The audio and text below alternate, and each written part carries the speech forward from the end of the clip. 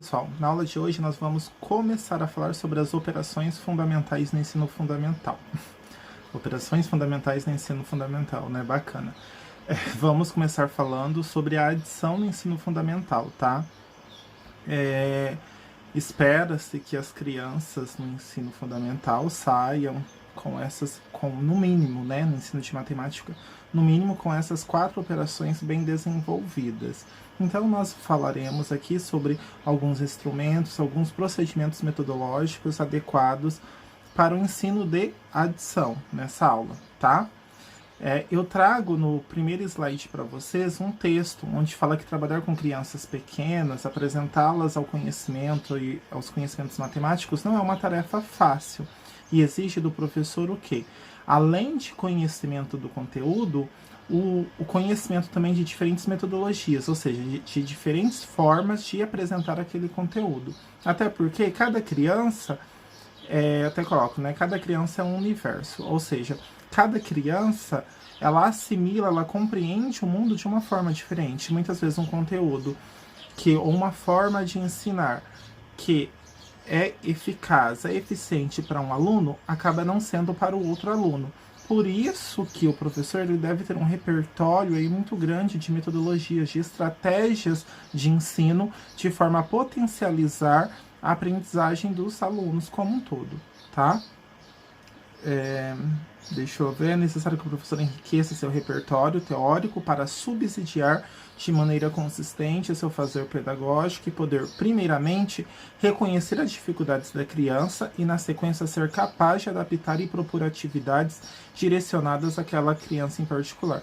Ou seja, o professor deve ter um olhar aí refinado, no sentido de que ele observe, de que ele tenha aí capacidade de olhar para essa criança e compreender que ela está tendo uma dificuldade de aprendizagem. Ou seja, que ele consiga ver, né, que ele consiga notar que essa criança não está assimilando o conteúdo de forma eficaz, tá? E as noções elementares das operações fundamentais, que são adição, subtração, multiplicação e divisão, elas estão presentes no dia a dia de todas as crianças, tá?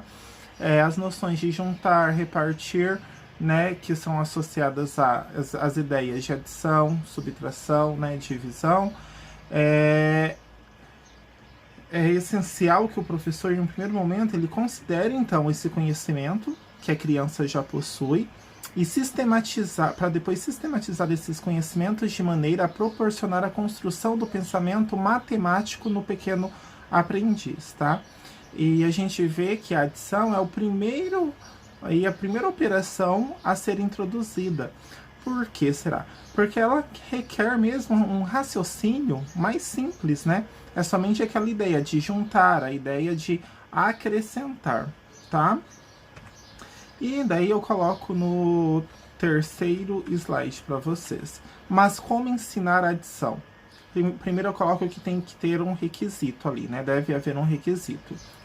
Ou seja, para a gente ensinar adição, é necessário um conhecimento prévio. Qual que é? Dominar os princípios de contagem. A gente já discutiu sobre isso, ou seja, a gente já falou em nossa disciplina como que a criança constrói números. Ficou com dúvida? Volte lá no conteúdo do segundo trimestre, tem uma aula onde eu falo sobre as 7 habilidades que a criança precisa para desenvolver o conceito de número, tá? Primeiro, precisamos estimular o raciocínio, ou seja, a gente precisa fugir de uma matemática mecânica, tá? É atividade apenas de repetição sem reflexão, tá? Sobe 1, abaixo 0, sem explicar o motivo, né? O porquê, por exemplo, que sobe sempre 1, né? O porquê que eu coloco 0 nessa conta. Ensinar o procedimento de matemática com lógica, com sentido para o aluno. Ou seja, aquilo tem que ter um significado para a criança, tá? Em primeiro lugar, até coloquei em vermelho ali. Não se faz matemática no ensino fundamental sem material concreto, tá? Já eu vou explicar para vocês essa questão que eu coloquei para vocês ali. Sobe 1, né? Coloca 0. Por que coloca 0? Já a gente vai discutir sobre isso, tá? E tem até uma pergunta aqui que é bem latente, né, que é bem frequente. Podemos repetir atividades e jogos? Tem professor que acha que, assim, a gente acaba propondo, né, jogos, atividades diferenciadas para os alunos e eles acham que toda aula tem que ter um jogo, tem que ter uma atividade diferente. Não é isso, você não vai fazer uma gincana, uma maratona na sua sala de aula. Até porque é importante que a gente repita algumas atividades para que a criança assimile melhor, observe, analise. Não sei se vocês já fizeram isso, mas eu gosto muito de assistir um filme e, passado algum tempo, assistir ele novamente, já sabendo como que ele vai se desenrolar. Porque a gente começa a prestar atenção no filme como um todo. A gente começa a observar detalhes, cenas, né? Então, a gente repetir a atividade é importante sim. Por quê? Até coloquei ali, ó. Na primeira utilização, a criança se apropria da situação, se apropria do objeto, né, da forma como que funciona o jogo, quais são as regras desse jogo. Já na segunda, terceira, quarta situação, como ela já conhece esse material, como ela já conhece como funciona o jogo, ela vai gastar a energia mental somente nos processos, tá, do jogo.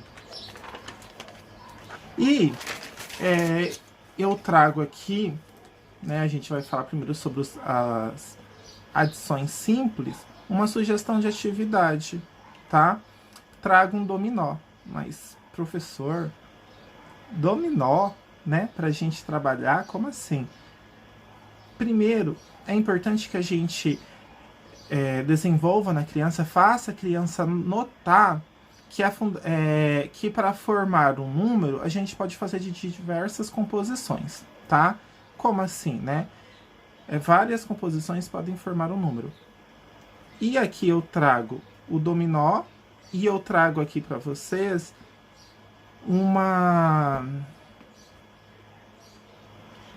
eu esqueci o nome, mas é de um canal no YouTube, tá? E ali a gente tem uma coisa de isopor, né? Um círculo, né? Uma bandeja de isopor de pizza, onde ela colocou o número 6, e daí a criança, com base nos dominós, ela vai ter que colocar diferentes somas ali, que dá o número 6, tá? E eu posso fazer isso daí com 7, 8, né? 9. Ou seja, a criança ela vai notar, ela vai compreender que para eu formar um número, né, eu posso fazer novas composições, tá? E esse jogo, então, ele vai trabalhar o quê? Ele vai estimular a flexibilidade cognitiva da criança, que ela vai compreender que eu não faço só 5 com 4 é 9, eu posso fazer 7 com 2 dá 9, 6 com 3 dá 9, 5 com 4 é 9, né? Deixa eu ver, 1 mais 8 é 9, né? Então, é importante a criança notar isso, tá? Outra sugestão também são os números móveis. Se na sua escola não tem dominó, você pode confeccionar, olha. Esses aqui são os que eu uso com os meus alunos, olha. Tá? Beleza. A segunda sugestão de atividade é que eu tenho os números móveis. Como que eu posso fazer isso? Pega um número. 2, pega o outro, 2. Quem responde mais rápido marca um ponto. Por exemplo, 2 mais 2, 4. Né? 6 mais 2, 8. Né? Ou eu também posso fazer o seguinte. Eu posso colocar aquela seguinte atividade que eu faço assim. 2 mais, ponto de interrogação, é igual a 9. 2 mais quanto é igual a 9? Né? E daí eu posso fazer 3 mais tanto é igual a 9. 5 mais tanto é igual a 9. A criança vai percebendo que tem diversos arranjos ali para a gente formar um número, tá? Diversas formas. Uma outra forma é a régua, né? A sequência numérica aqui, a reta numérica. Por quê? Aqui, na adição, ela vai só acrescentar e na subtração ela vai tirar. Então, por exemplo, eu coloco aqui, ó, tenho 2. Eu ganhei mais 6, então vamos. 1, 2, 3, 4, 5, 6. Então eu fico com 8. Né? Então você pode ir utilizando a régua também, tá? A reta numérica. Beleza? Agora a gente vai falar com adição com transporte. ou adição com reserva, que o pessoal fala. Em primeiro momento, para a gente trabalhar essa adição com transporte, a criança ela tem que compreender como que funciona o nosso sistema numeral, né? Que o nosso sistema é o decimal aí, né?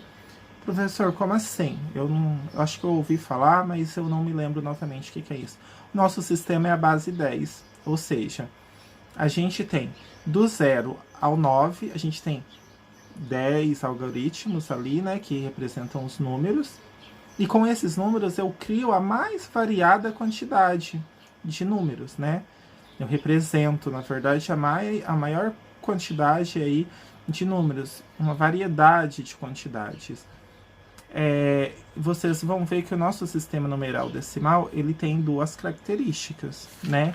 Que uma é porque é decimal, ou seja, a base 10, e outra é porque ele é posicional. Como assim? Bom, eu vou fazendo agrupamentos de 10, 10, 10, né?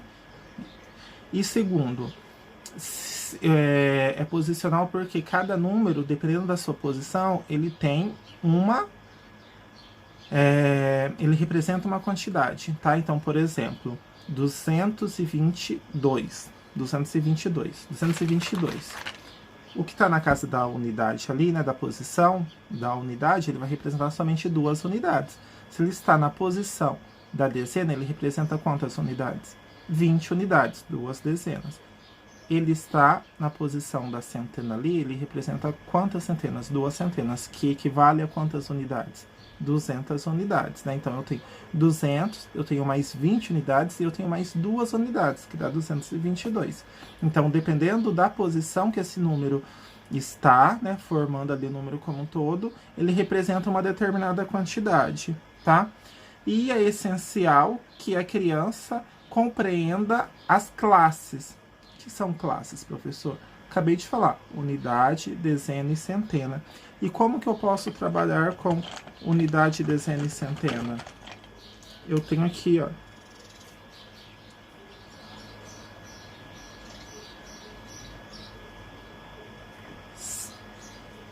que são os materiais concretos, tá? O material concreto, né, o material dourado, eu posso fazer, ó, 1, 2, 3, 4, 5, 6, 7, 8, 9, 10. Eu tô rindo aqui porque eu peguei 10 certinho, eu não sabia. 10, sei lá, 11, né? Tenho aqui 11. Eu posso trocar 10 por uma dezena, certo? Então eu tenho 10, 11. Ou seja, o material dourado, ele me permite fazer essas trocas de unidades para dezenas, converter. E aos poucos a criança vai compreendendo que o nosso sistema, então, ele é formado de 10, 10, 10. E quando eu tiver 10 dessas, eu vou formar uma centena, tá? Então, você pode trabalhar com material dourado, tá? Para fazer esses agrupamentos, beleza? E também, eu coloquei como outra sugestão aqui a máquina de somar, tá? Tem diversas máquinas na internet, né? E aqui eu também posso fazer dessa mesma forma, né? Coloco, sei lá, 9 em um e 7 em outro. Depois eles vão somar e vão verificar que 9 mais 7 dá 17, tá? E como atividade dessa disciplina, vocês vão pesquisar uma atividade que podemos desenvolver aí do 1º ao 5º ano para que eles compreendam o funcionamento do nosso sistema, ou seja, o nosso sistema decimal de base 10 e o nosso sistema que é posicional, ou seja, cada número ocupa um valor dependendo da posição cada número representa um valor dependendo da posição que ele ocupa ali na composição do número, tá bom? É isso, pessoal.